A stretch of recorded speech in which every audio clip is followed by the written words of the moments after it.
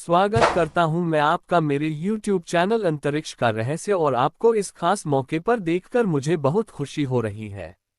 आप सभी का धन्यवाद करता हूं जो मेरे चैनल पर आए हुए हैं और मेरे साथ इस नए सफर में हैं। आज हम बात करेंगे वॉयेजर 1 की, जो अंतरिक्ष में लगातार 45 साल से सफर कर रहे हैं और हमें पूरी दुनिया और सौरमंडल और ब्रह्मांड से जुड़ी हुई नई नई जानकारियां भेज रहे। वॉयेजर 1 में इंसानों ने कुछ संदेश भेजे हैं, जो कि है एक मानवता का संदेश है, एक जीवन का संदेश है, एक संदेश पृथ्वी का जो ये बताना चाहता है कि कोई जगह है इस ब्रह्मांड में पृथ्वी नाम के और वहां पर है जीवन बसता है। अब न जाने इस संदेश किसे मिलेगा और संदेश का हमें रिप्लाई कब मिलेगा, क्योंकि अंतरिक्ष मुसाफिर है 45 साल से लगातार सफर कर रहे हैं और इनका यह अनंत सफर तक जारी रहेगा जब तक कि वह किसी से टकरा नहीं जाते या कहीं पर लैंड नहीं कर जाते या क्रश नहीं हो जाते। तो दोस्तों, आप जानेंगे कि अंतरिक्ष में मानव द्वारा बनाई गई सबसे बड़ी और इकलौती चीज है। इस अंतरिक्ष यान ने कई ग्रहों समेत शनि की यात्रा भी की है, उसके सभी चंद्रमाओं की तस्वीरें क्लिक करें हम तक पहुंचाई है। वर्तमान समय में अंतरिक्ष में आगे बढ़ता जा रहा है, लेकिन आखिरी कब तक है, हमें अंतरिक्ष से जुड़ी जानकारी देता रहेगा और फिर इसका क्या होगा, इन सभी सवालों का जवाब है। वॉयेजर 1 को 5 सितंबर 1977 को पृथ्वी से रवाना किया गया था। इसको वॉयेजर अलविदा कहा गया था। इस वॉयेजर का मकसद था कि शनि और जुपिटर के साथ साथ है उनके चंद्रमाओं की जानकारी भी पृथ्वी पर भेजना। ब्रह्मांड में यात्रा करते समय इसने वॉयेजर 2 को भी स्पीड के मामले में पीछे छोड़ दिया है, इसलिए एस्टेरॉयड बेल्ट के क्षेत्र को वॉयेजर से पहले ही पार कर दिया था। एक लंबी यात्रा करके हमारा वॉयेजर 1 दोस्त 5 मार्च 1980 को जुपिटर यानी बृहस्पति के नजदीक पहुंचा, जहां से इसमें जुपिटर के साथ साथ उसके चंद्रमा की हाई रेजोल्यूशन वाली तस्वीर अपने कमरे में कैप्चर की थी। बृहस्पति के चंद्रमा पर ज्वालामुखी होने की जानकारी हमें दिन की तरह इसके चंद्रमा कभी एक्टिव है इंटीरियर हो सकता है, जहां से इसमें 19,000 तस्वीर पृथ्वी पर भेजी थी। जुपिटर से निकलता हुआ विश्वाने शनि की तरफ आगे बढ़ने लगा और 12 नवंबर 1980 को है इस शनि के पास पहुंचा। यहां से इसकी और शनि के बीच की दूरी मात्र 1,24,000 किलोमीटर थी। यहां से उसने शनि ग्रह की स्टडी की और एक नई रिंग की खोज भी की। कुछ नए चंद्रमा की खोज करे, उनकी पिक से क्लिक करना है, पृथ्वी पर भेजने शुरू कर दी। इसमें शनि के चंद्रमा टाइटन की सबसे पहली तस्वीर ली थी, जिसमें नारंगी रंग का वातावरण साफ दिखाई दे रहा था। कई सालों तक वैज्ञानिक इसे चंद्रमा के सरफेस को लेकर कई तरह के लगते गए। शनि को स्टडी करने के बाद वॉयेजर एक एडवांस सौरमंडल से बाहर निकल गया और यहां से उसे अंतरिक्ष की उसे अनंत गहराई में जाना था। इसके साथ क्या होगा ये स्वयं भी नहीं जानता। दोस्तों, शनि को पार करके और अंतरिक्ष की गहराइयों में जाने से पहले आखिरी बार इसने अपना कैमरा हमारी पृथ्वी और घुमाया और यहां से पृथ्वी की वह तस्वीर कैप्चर किया जो कि प्रत्येक छोटे से बिंदु की तरह दिख रही है। देखा दोस्तों, अब आप खुद समझ गए होंगे कि ब्रह्मांड कितना बड़ा और हमारा अस्तित्व इसमें क्या है और कहां पहुंच चुका है। मानव द्वारा भेजा गया संदेश 14 फरवरी 1980 को अंतरिक्ष से इसने पृथ्वी की जो तस्वीर कैप्चर की थी वह अब किलोमीटर से दूरी से ली गई थी। इसके बाद है साल 2012 में इसने सौरमंडल की सीमा एंट्री की थी और साथ ही वॉयेजर एक इंटरेस्ट में एंट्री करने वाला पहला मानव निर्मित है अंतरिक्ष यान बन चुका था, जबकि यहां तक पहुंचने में और 6 साल का समय लग गया था। नवंबर 2018 में इंटरस्टेलर अंतरिक्ष में पहुंचा था। इंटरेस्ट प्लेयर का भी आपको पता होना चाहिए। आखिर यह कौन सी जगह है? आसान शब्दों में आप इसे ऐसे समझ सकते हैं, सूरज से बाहर बहने वाली हवाओं से सौरमंडल के चारों तरफ है एक घेरा बना हुआ है जो कि एक बुलबुल की तरह है और स्पेस सीमा से बाहर के अंतरिक्ष को इंटरस्टेलर मीडियम कहते हैं, यानी कि हमारे सौरमंडल के बाहर बाउंड्री है, उससे बाहर के क्षेत्र को इंटरस्टेलर मीडियम कहा जाता है, जहां सूर्य के गुरुत्वाकर्षण का प्रभाव खत्म हो जाता है और यहां पर किसी दूसरे तरह के गुरुत्वाकर्षण का प्रभाव भी नहीं होता, यानी कि एक न्यूट्रल जगह होती है। जैसे पृथ्वी के ऊपर जो हम चाहते हैं तो हमें एक नॉन ग्रेविटेशनल जोन मिल जाता